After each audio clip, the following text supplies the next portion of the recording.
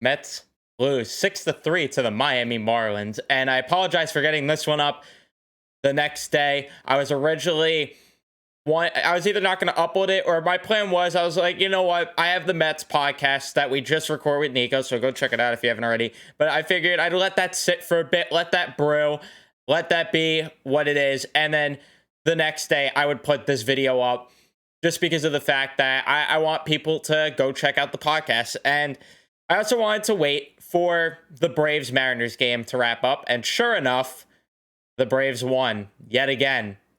That means, as of right now, the time I'm recording this and the time you're watching this, because this will be up tomorrow morning, the New York Mets are in second place of the division, and it is not a tie. It is sole possession for the Atlanta Braves of first place.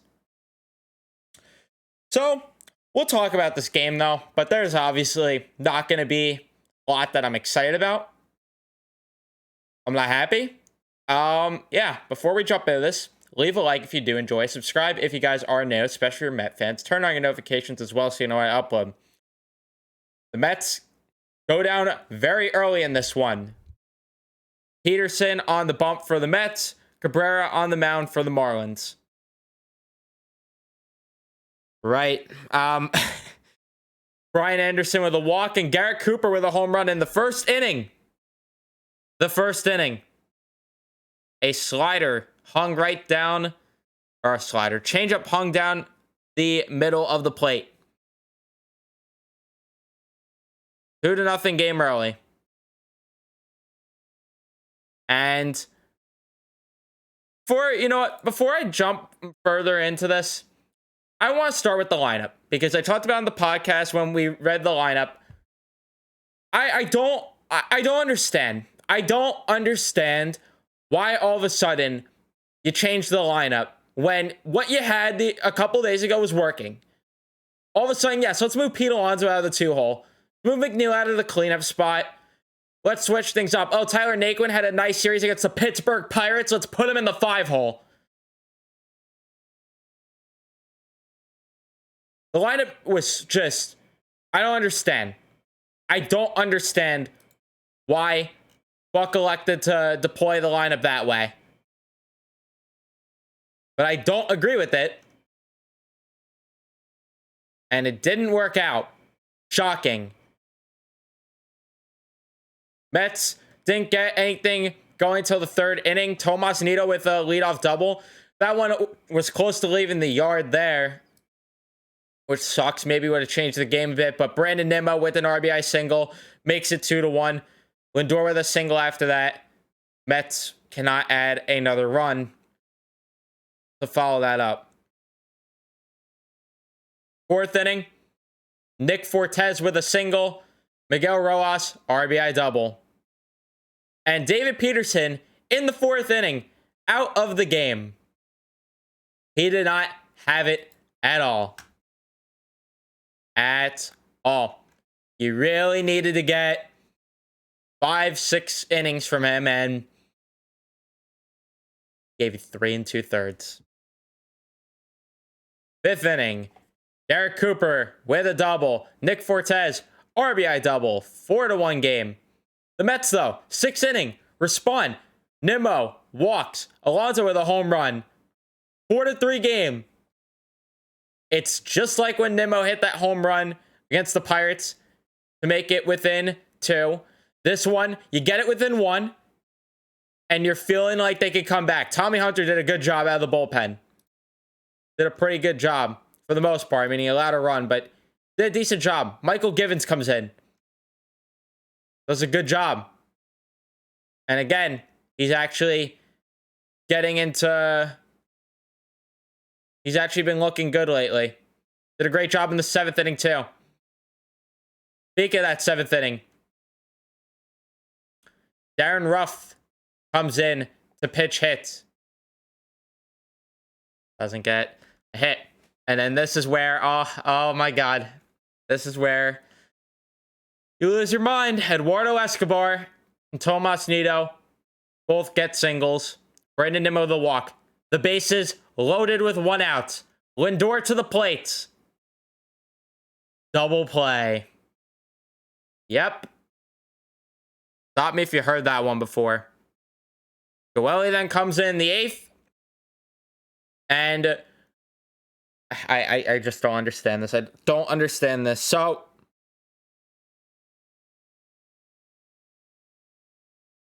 it's a 1-run game. Edwin Diaz is as fresh as he could get, having a week off. And you elect to go to Joely Rodriguez, who has a single to Fortes. Charles LeBlanc hits a home run, 6-3 ball game, and that put the nail in the coffin. He allows back-to-back walks, and then Diaz comes into the game. Just a bit too late, isn't it? Why was he not in the game earlier? Couldn't tell you. Couldn't tell you. And the Mets do nothing in the 9th inning. So, half a game back in the division now. And, you know, everyone wants to point to the Braves playing great baseball and everything, and everyone wants to look at the Mets record. But have the Mets been playing great baseball lately? I mean, yeah, they had some nice wins against the Pirates.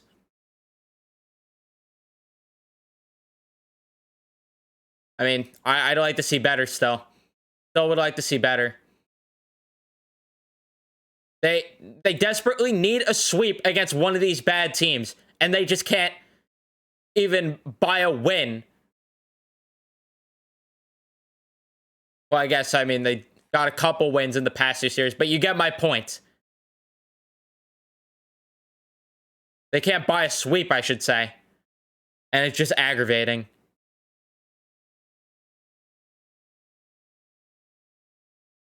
The Braves have won 8 in a row. The Mets really need to do something like that.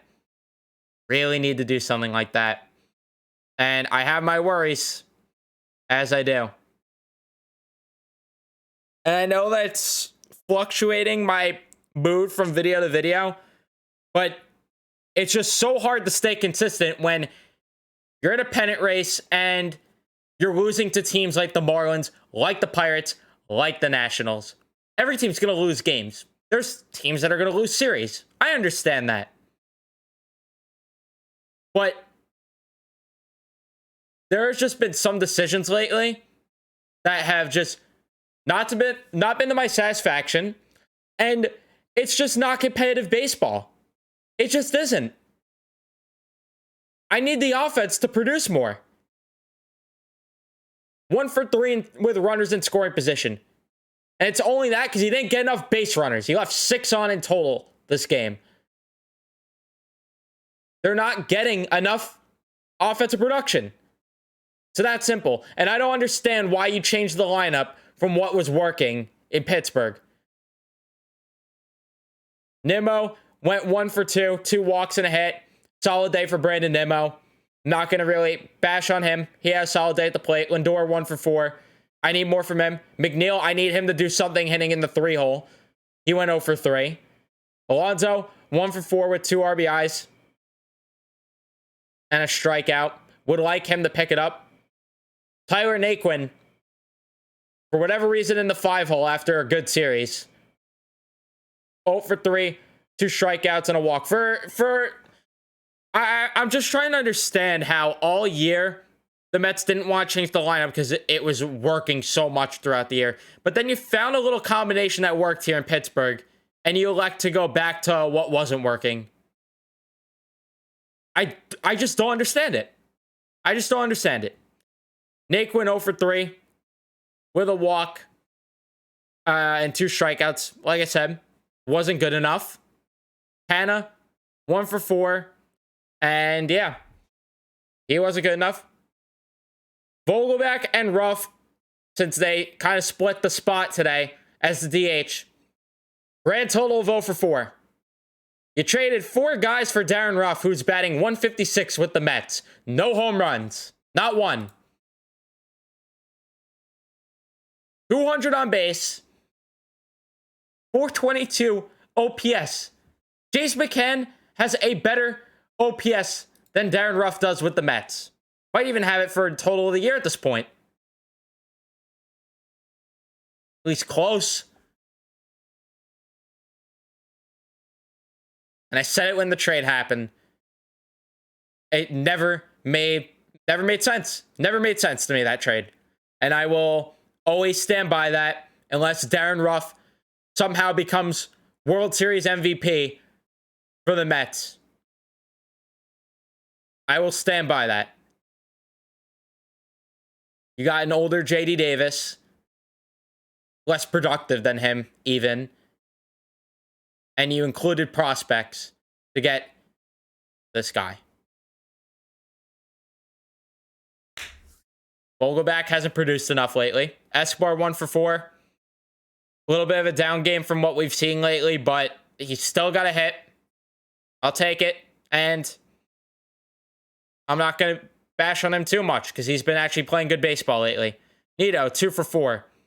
He has been... He played a great game today. Struck out once. Great game from Nito. Was just shy of a home run. But you didn't get enough from Peterson. 7 strikeouts, 3 earned runs, 2 walks, 5 hits. And you look at that strikeouts, you're like, in 3 2/3 of an inning, got to be a great outing, right? Nope, he didn't have it. He didn't. In the first inning, woes came to fruition that I mentioned on the podcast, of course. Michael Givens in 2 innings of work. A lot of hit, a lot of walk up, got a strikeout, but he's been great lately, so I'm not going to be mad. Michael Givens, another solid outing. Joely, 2 earned runs, 2 walks, 2 hits in 1/3 of an inning of work. No. Just no. Bringing Joely in a close game when your entire bullpen is rested. You had an off day yesterday, and you elected to go to Joely Rodriguez in a 1-run game. Usually I try to come here and defend Buck a little bit and say, well, what are the alternatives? But no. You had alternatives tonight in a 1-run game. You bring Ottavino in that spot. You bring Diaz in that spot. You bring Lugo in that spot. You do not call up for the bullpen for Joely Rodriguez in a 1-run game.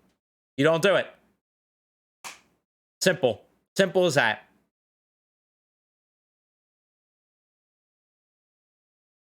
And then Diaz in 2/3 of an inning of work. Got a strikeout. He was good.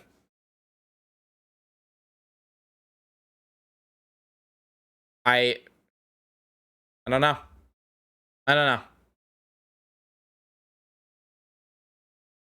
Cookie on the mound tomorrow. You need him to be better than he was in his last start. Otherwise, we're in for a long one tomorrow. Pablo Lopez on the other side. Kind of cooled off towards the second half of the season. We'll see what happens with him tomorrow. But this offense needs to wake up. And you need to go back to that lineup that you had in Pittsburgh. Because it was actually working. And I need this team to go on a win streak. That's all I'm asking for here. Maybe easier said than done, but when you're playing teams like this, it should be easy. If you're the real deal, this should be fairly easy. I at least would think, but